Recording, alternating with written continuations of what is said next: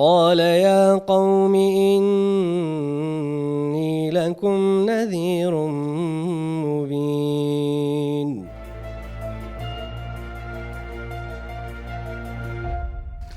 خۆم بە خۆشحاڵ دەزانم کەوا کۆمەڵێک کەسایەتی جوان، کۆمەڵێک دکتۆری جوان لە شاری سولێمانی، لە شاری دوهۆک، لە شاری کەرکووک لە بەرامبەر من و دڵخۆشم کەوا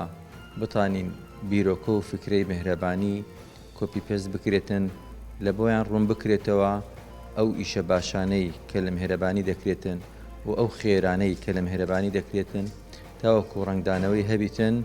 دکتۆرەکانی هەولێرێکە وەکو تەجروبە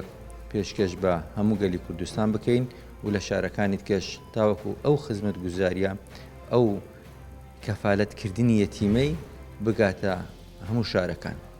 پەیمانگا و ئەکادیمیای فێرکاری پزیشکی ببێتە بنەمای سەرەکی و دروستکردنی نەخۆشخانەی مهرەبانی لە هەموو پارێزگەکان بۆ ئەوەی ئاستی کوالیتی نەخۆشخانەی مهرەبانی لە لووتکەدا بمێنێتەوە.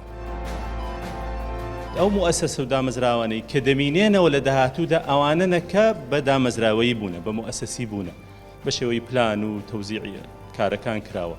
ئەگەر نا یعنی داهاتویان دیار نییە و وردە وردە بەرەو لە ناوچوون دەچن کە لە میانەی منافەسە دادەبڕێت.